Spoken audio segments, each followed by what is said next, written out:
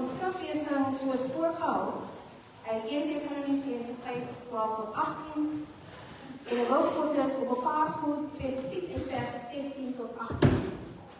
All of God's commandments in the Bible are beyond our ability to obey in the flesh.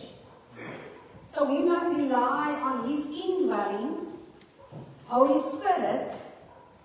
But some of the Bible's commands are not just difficult, but they are impossible.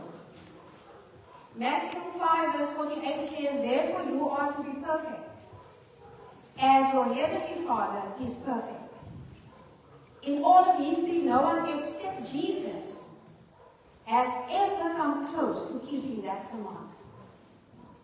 Or could anyone claim to have achieved perfect obedience to the two great commandments, to love God with your total being and to love others as much as you love yourself, soos ons ook vroeër gehoor het. Our text gives us 3 impossible commands. Rejoice always, pray without ceasing, in everything give thanks. So that what do we do with these impossible commands? John Stott says, or he argues that these commands are not directly to us individually, but rather to the church regarding our public worship. And he says that joy and happiness are not at our command. Om aan en af te skakel soos ons goeding nie. But there are many biblical commands to rejoice and be glad in the Lord. And while our corporate worship like this morning should be filled with joy, with prayer, and with thanksgiving, we will not do these together in worship if we have not been doing them individually during the week. So I think that they must apply to us individually first. And it is interesting that Paul doesn't offer any explanation or help here on what these commands mean or how we can obey them. He just states them, one after the other, and he moves on. But other scriptures do offer some help in understanding what these commands mean and how we can begin to develop the attitudes and habits that will help us move forward toward the mark, even if in this life we will never obey these commands perfectly. And then Paul's idea is easily stated. He says, God commands us to rejoice.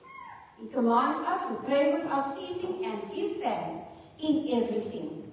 But no, brothers and sisters, the latter part of that verse says, "For this is God's will for you in Christ Jesus."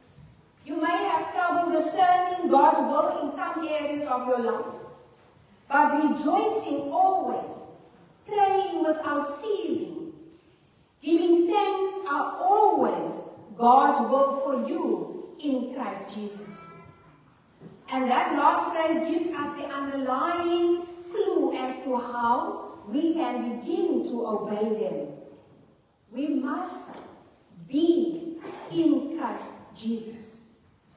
Without being in union with Him through the presence of or indwelling of His Holy Spirit, we can never come close to obeying these commands.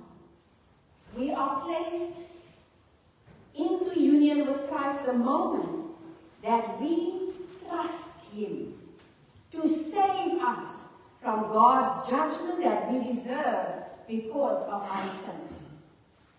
As Paul says, "But by His doing you are in Christ Jesus, who became to us wisdom from God, and righteousness and sanctification and redemption." So to obey these impossible commands, we must have experienced the new birth first, so that we are in Christ and that Christ dwells in us.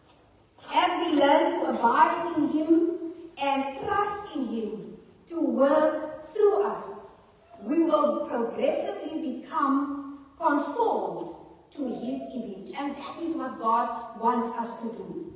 Jesus was always rejoicing. Jesus always prayed and always thankful. So being in Him and relying in Him are the keys to becoming like Him in these three qualities. En die eerste ene sê vir ons, wees altyd bly. En dit gaan oor blydskap. Gewoonlik word die mense blydskap bepaal deur jou eie omstandighede. Wat met jou gebeur of wat nie met jou gebeur nie. Wat jy het of wat jy nie het nie. Maar met ander woorde, jy is bly omdat dit goed gaan met jou. Jy is bly omdat jy goeie nuus ontvang het. Jy is bly omdat jy 'n werk ontvang het. Jy is bly omdat jy geslaag het, nuwe werk gekry, bevordering gekry het, 'n huis gekry het, 'n motor bekom het, of 'n lekker vakansie wat in hande is. Jy's bly daaroor. Jy het jou meisie of jou seunsvriend het uitgevra en hy of sy het uiteindelik ja gesê. En so jy is bly daaroor. En so dit is nie verkeerd om bly te wees daaroor nie. Ons kan en ons mag geniet dit wat die Here vir ons gee. Maar die blydskap waarvan Paulus praat, strek dieper as die blydskap van hierdie tydelike omstandighede. Die blydskap wat hier ter sake is, broers en susters, is 'n blydskap gewortel in die Here. En die feit dat ons kinders van God is, dat ons aan Hom behoort, dat Hy vir ons sorg en dat Hy oor ons waak. En daarom kan Paulus sê, wees altyd bly en in alle omstandighede. Al is die omstandighede ook hoe sleg. Al gaan dit nie goed met my nie.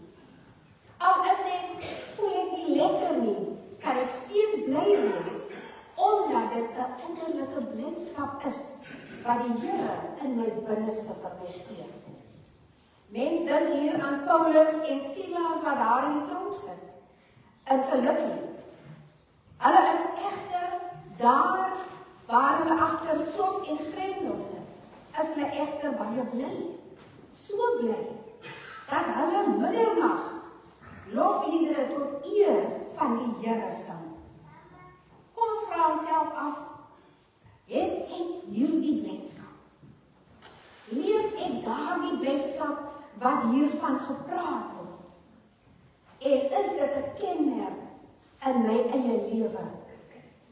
Ervaar ander my as iemand met blydskap? Hoe ervaar ander my? Is ek 'n blye mens? Die tweede een, die eienskap wat hier genoem word, is gebed. En dit is baie duidelik vir ons, bid gedurig. En die ou vertaling praat van bid sonder ophou. En dit beteken nie dat ons alles moet opgee deur die dag nie. En nou net bid en ons sit daar op 'n kol en ons bid heel dag nie. Want dit kan tog nie. Ons lewens is gevul met baie ander noodsaaklike dinge wat ons moet doen, maar dit beteken wel, wees heel dag in die gees van gebed. Wees heel dag in afhanklikheid van God. Wees heel dag bewus van God se teenwoordigheid. Maak nie saak waarmee jy besig is nie. Soekend na die wil van die Here. Om te bid, geliefdes, om daagliks te bid, om tyd en plek in te ruim in ons lewens vir gebed, om my gebede nie af te rammel, sodat ek kan klaar kry of kan sê, maar ek het gebid vanoggend, en dan nog buiten gebed sê, Paulus, sê ook vir ons moet in gedurende gebedsafhanklikheid van die Here leef. Gedurig in stille kontak met die Here wees. Soms in stille in stilte net eenvoudig dankie sê.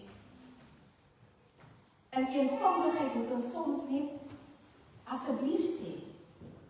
Net die Here loof vir byvoorbeeld die reën en dat ons gister so 'n mooi dag kon hê. Elkeen van die 3 aspekte, broers en susters, moet ons kennis neem dat hier nie staan as dat ons kan kies of ons hierdie dinge moet doen nie, of wil doen nie. Daar staan eintlik, julle moet bly wees. Julle moet gedurig bid. Julle moet dankbaar wees. So ons kan nie kies wat ons wil doen en wanneer ons dit wil doen nie. Die laaste eienskap wat Paulus noem, sê hy, wees in alle omstandighede dankbaar. Dankbaarheid. Ons vind weer eens die opmerking, in alle omstandighede wees dankbaar. En soms is dit so moeilike ene. Wees altyd bly, bid gedurig en dan wees in alle omstandighede dankbaar. En dankbaarheid het diep gewortel in ons geloofslewe. Ons is dankbaar vir dit wat God uit genade vir ons gee. Ons is dankbaar omdat ons uit genade gered is. Omdat ons aan die Here behoort, omdat die Here vir ons sorg en omdat God vir ons beskerm. Mense kan dit ook andersom sê. En dankbaarheid vir wat die Here aan ons gedoen het. Is ons lief vir hom, dien ons hom, is ons gehoorsaam aan hom en aanbid ons hom. Blydskap, broers en susters, gebed en dankbaarheid is nie iets wat ons doen as ander mense druk op ons plaas nie. God soek nie dat ons dit uit verpligting of met keuse moet doen nie. Hierdie 3 opdragte beveel en roep jou steeds weer terug na Christus. Die oorweldigende vreugde en heerlikheid van Christus wag vir almal wat op hom vertrou. Dan gaan blydskap jou hart regeer, want hy het die eindpunt van die dood weggeneem en vir jou 'n toekoms gegee. So broers en susters, ons dankbaarheid, ons blydskap kan nie gekoppel wees aan ons oppervlakkige omstandighede of ons omstandighede wat ons hier in ons eie realiteit ervaar nie, maar dit is baie, baie dieper en aan hom moet ons die eer gee. God het voorsiening gemaak. Hy het vir ons gesorg en daarom kan ons dankbaar wees. Daarom bly wees, lag soos ons Vrydag aan gelag het vir ou lekker ou Jan, onder andere kan ons lag as die man met die blou hemp nie eers weet hy word gesoek nie. En dan geliefdes, we can laugh when the magician's wand falls out of her hand and the magic animals never appeared out of the balloons. So we may stand in God's will, loud, filled with hope, and be very glad. But God het voorsien. As you pay more attention to Jesus, so your gratefulness will not be difficult. You see all too clearly how He made you free and that He lives in you. He made your life new, and that makes you happy and grateful. En dan begin ook jou gebede uitbundig geraak. God self wil na jou luister. God buig na jou toe. Soos 'n pa of 'n ma graag hul kinders se stemme hoor. Of hulle nou met trane na hom toe kom, met vrae, met teleurstelling, met versoeke, met blydskap, met opwinding. God, geliefdes, wil van jou hoor. Gaan na hom toe. Elke dag, in alle omstandighede. Ek wil graag iets deel met u wat ek raak gelees het. Deur 'n dominee hier by die Ekese gemeente op 'n WhatsApp. Praat hy van 'n brood val uit 'n bewegende broodwa en rol 'n end verder. 'n stukkie brood breek af en dit bly lê in die straat. En dan kom daar 3 mossies en hulle pyl op die stukkie brood af en hulle 3 begin beklei oor die brood. Dit kwenter en dit skreeu en beklei vir 'n fale soos hulle te kere gaan oor daardie stukkie brood. En een van hulle kry uiteindelik die oorhand en terwyl hy gretig die broodkrummels ophok, gaan sit die ander 2 heel teleurgesteld maar daar in die boom en hulle raas net. Nie een van die 3 het die groot brood 'n entjie verder gesien lê nie en het beklei oor die krummels. Ons maak risie oor klein dingetjies in die lewe en ignoreer wat belangrik is. Ons beklei oor wie die huis moet skoonmaak en wie die skottelgoed moet opwas.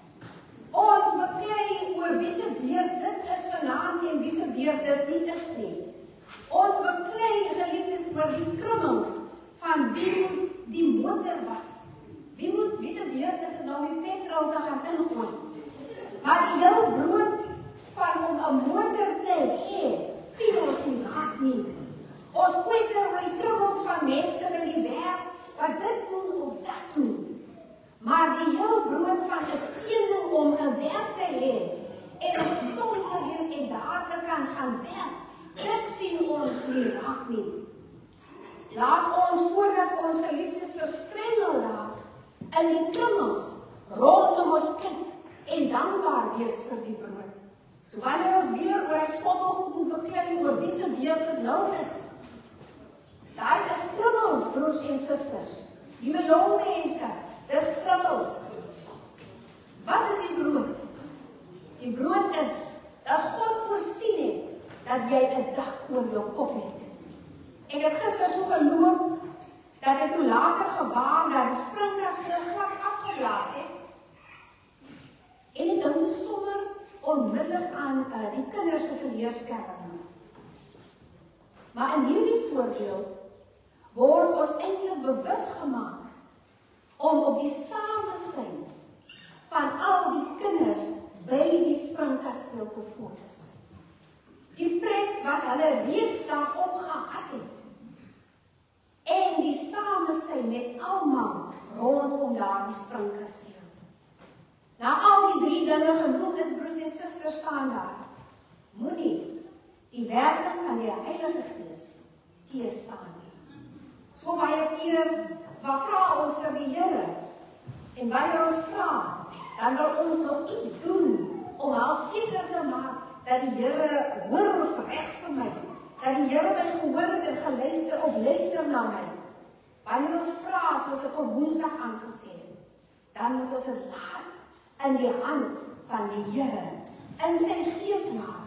Ons moenie probeer om die Gees se werk te doen nie. Moenie, geliefdes, die werking van die Heilige Gees teëstaan nie. Moenie die profesie geringskat nie. Maar toets dit alles. Behou dit wat goed is, maar bly weg van alles wat sleg is. Profesie beteken die bekendmaking van die wil van God en nie voorspellings nie. Hy of sy wat nie luister na die stem van die Heilige Gees nie en nie wegstap van wat sleg is nie, so iemand sal nie daarin slaag om te doen wat Paulus hier van ons vra nie. So iemand sal dit nie reg kry om 'n lewe te leef van blydskap in die Here nie, van gedurende gebed met vrymoedigheid voor die Here nie, en 'n lewe in dankbaarheid nie. Dearly beloved, our annual kermis was a huge success. When we prayed for God's blessings over this weekend, we acknowledge that we have nothing. Out of our own selves, we are nothing. But we are conquerors through Christ that lives in us. And today, en vandag, geliefdes, is ons dankbaar dat ons regtig waar kan sê, die Here het onderneem. Die Here het geseën, die Here het gegee, en almal van u se samewerking, deur almal van u se samewerking, het God vir ons moontlik gemaak, dit wat ons vandag ervaar. Choose Him, and your joy, your prayer and gratefulness will know no bounds. Ons het die belofte dat die Here saam met ons is in vers 23. Hy sal dit ook doen, want hy wat julle geroep het, is getrou. Amen.